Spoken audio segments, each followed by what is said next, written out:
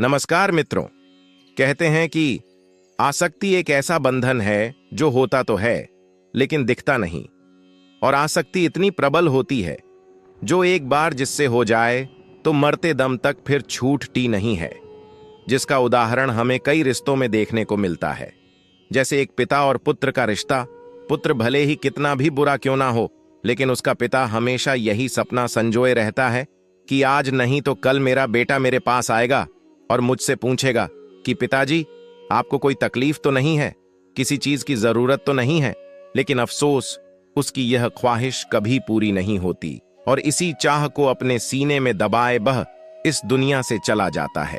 लेकिन अगर उसी पिता से उसके अंतिम समय में भी पूछा जाए कि तुम्हारी कोई इच्छा तो नहीं, तो वह फिर भी यही कहेगा कि एक बार ही सही, बस मुझे मेरे बेटे से मिला दो, बस एक बार उसे देख लूं तो सुकून से मर सकता हूं।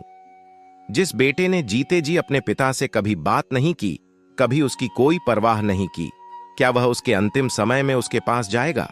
लेकिन फिर भी एक पिता की अपने पुत्र के प्रति कितनी आसक्ति रहती है कि वह अपने अंतिम समय में भी अपने पुत्र को देखना चाहता है।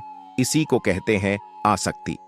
और इसी आसक्ति के बारे में गीता में भगवान श्री कृष्ण ने अर्जुन को समझाते हुए कहा है कि योगस्थ कुरु कर्माणि संगम त्यक्त्वा धनंजय सिद्ध सिद्धयोः समो भूत्वा समत्वम योग उच्यते। अर्थात श्री कृष्ण अर्जुन से आसक्ति से रहित होकर कर्म करने की बात कहते हैं। श्री कृष्ण कहते हैं कि हे अर्जुन, कार्य को जय या पराजय की सभी आसक्तियों से मुक्त होकर करो। कार्य की सफलता और विफलता, कार्य की सिद्धि और असिद्धि, दोनों ही स्थितियों में समभाव में रहना ही समत्व योग है। मित्रों, दरअसल हमारे दुखों का कारण कुछ और नहीं बल्कि आसक्ति ही है। लेकिन इसका मतलब यह नहीं है कि हम किसी से कोई रिश्ता ही ना रखें, किसी से प्रेम ना करें, किसी के प्रति सद्भाव ना रखें, बल्कि इसका मतलब यह है कि हम सबसे प्रेम करें, सबके प्रति अपने कर्तव्यों का पालन करें, परंतु उनमें आसक्त होकर नहीं, अपितु अपना धर्म समझकर। मित्रों, अब आपको आसक्ति और कर्म के बीच में क्या अंतर है वह समझाते हैं, जिससे आपको आसक्ति का मतलब क्या है समझ में आ जाएगा।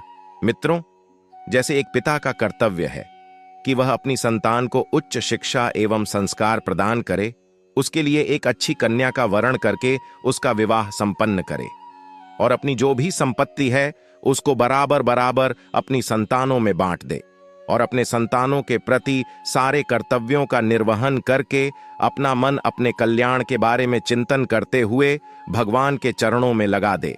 तो ये तो हुआ उसका कर्तव्य। लेकिन इतना करने के बाद भी अगर वह अपने संतानों के प्रति पूर्ण रूप से समर्पित भाव से दिन रात केवल उन्हीं का चिंतन करता रहे और अपनी अवस्था को नजरअंदाज कर केवल उन्हीं की चाकरी करता रहे, उन्हीं के आगे पीछे घूमता रहे और इतना ही नहीं बल्कि बार बार अपनी संतानों से तिरस्कृत होता रहे, जैसा कि आजकल हर जगह देखने को मिल जाता है, तो मित्रों इसको कहेंगे आसक्ति।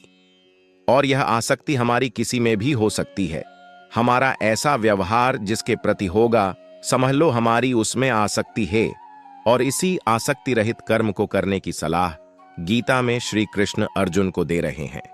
और मित्रों, हमारे तमाम तरह के कष्टों का कारण भी यही है। बस आसक्ति रहित कर्म करना छोड़ दो, तुम्हारे सारे दुख छूट जाएंगे। धन्यवाद।